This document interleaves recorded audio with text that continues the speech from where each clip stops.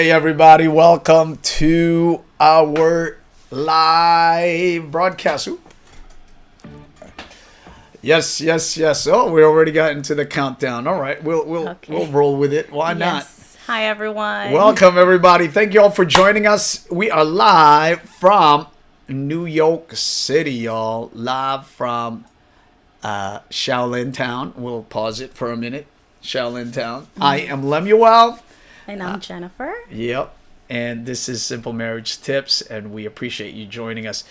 If you want to, please comment with a question or a statement or, I don't know, whatever it is that you guys want to. We want to engage with you. Let us know what's cooking good looking. Speak of good looking, what's up, baby? Hi. You like that? Take note, single men. Or married men, how to talk to your girl. So what's been going on, babes? It's been pretty busy, I think, right? This week. Yeah. School work, trying to get some work done in the house, moving around some furniture. Yeah. As you can see, we added a bookshelf behind us. Yeah. And just trying to stay occupied in this season of the pandemic, and it's winter for us, so here in New York, it's a little chilly. Yeah, it's hard to stay busy when you're supposed to stay home. So we're also doing a 21 days prayer and consecration and community building and fasting. Although we're not really kind of adhering to the dietary aspect of it, but we really are pursuing the community building part, which I think is so much more important, especially in this season. Definitely. I mean, this is our 9th year doing the fast, and I think this has been the most community we've had. Yeah. Getting together every night and just, reading the scriptures together and just expounding on it has really created a unity amongst us. Yeah, it's been really blessing. beautiful. Yeah, we want to encourage everybody to for what we're doing right now to share this live feed. We are live right now. If you are watching this in replay, just put hashtag replay squad or replay so that we know and we can engage with you and talk to you about what's up. Also, we want to invite you to like and share and comment and engage on our YouTube page. Yes. You can search us up by hashtag Simple Marriage Tips. Yep. And you can click the subscribe button and like the videos and comment, let us know what you guys think. We would truly appreciate it. Hey, Melody, these are all my my people. My your other people. Family, as I like to call them. Yeah.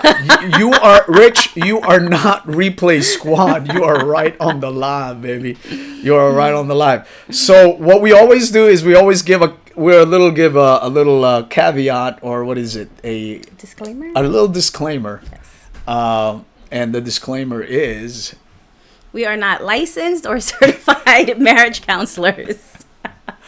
But we share from our years of experience. How our many 16 years 16 of marriage. years, y'all. Shout out. And what we shout learned out from to the 15 scriptures. years and beyond gang. Yeah. What's up? If you're married, drop how many years you guys been married. That'd be fantastic. So maybe we could engage that. Yeah, and we definitely celebrate with you. Celebrate with you and rejoice with you in your effort. So today, we are going to continue our conversation on conversion. Yes. Going from the single mind to the married mind. I think I've monitored myself pretty good. Let me know if the audio is good. Over 17 years, Melody. Yo. That's awesome. Congratulations. Up? That's fantastic. We'll be 17 this year. Yeah, 17 this year. Woo. Yes. Big pound. So and we're happy, I think. I think for the most part. All right, yeah. So anyway, we want to talk to you about the conversion. Yes. This is from our soon-to-be published, hopefully this year, the 8. So I changed it instead of habits because there's like a book of the 7 habits. So the 8 virtues. I like that. What do you think? That's better, right? I like that. The 8 virtues of fulfilling marriages.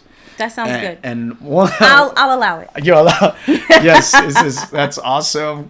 Congratulations, you're both hilarious. She is beautiful. I am funny looking. I know, so you don't have to rub it in, Melody. Anyway, yes. So that's gonna be in our book, the the eight virtues of fulfilling marriages, and the real one of the main virtues that we're talking about is conversion, going from the single mind to the married mind. And so let's start our countdown. Let's start our countdown now. So let's go. All right. One of the issues with the single mind is time management. Yes. So talk on it, baby. Okay. Well, time management is I think something that I think sometimes we struggle with. Okay. You know, you are really great at keeping yourself busy and finding new things to occupy your time. So you kind of focus on that a lot. Yeah. I think you can kind of, I mean, you should know, right? I mean, one of the issues with people that are still having that single mind is that their time is still theirs. Right, exactly. But let's remind ourselves that once you get married, you are no longer yours. No. You belong to your spouse. You belong to each other. Wow, so 35 your years. time. Amazing. Yeah. Oh, congratulations! That's awesome. That is beautiful.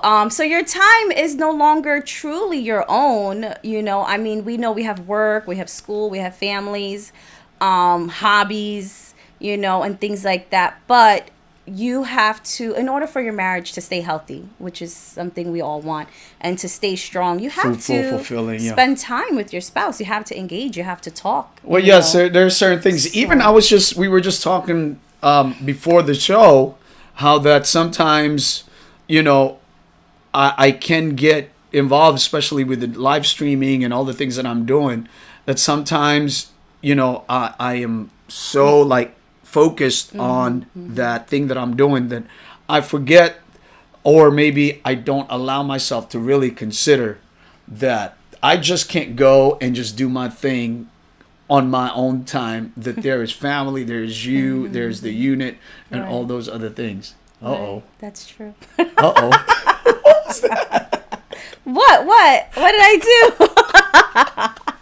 do? You know, because I think a lot of times, you know, people that are just newly getting married, that's one of the high issue.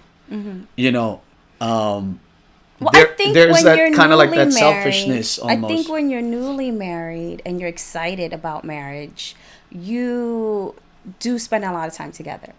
I don't know. I don't know if all marriages have that, but I think as maybe years get on, you get used to your spouse, you know, and you know you're secure and confident that they're always going to be there. So maybe you might allow yourself to get caught up in something, you know, get caught up in work, get caught up in a new thing that you might be trying, and forget I have to make time for my spouse. Yeah. I have to set a time and make sure that I let them know that I still love them and care about them and want to be with them. And, you know, your time is really the only thing that we have, right? Yeah.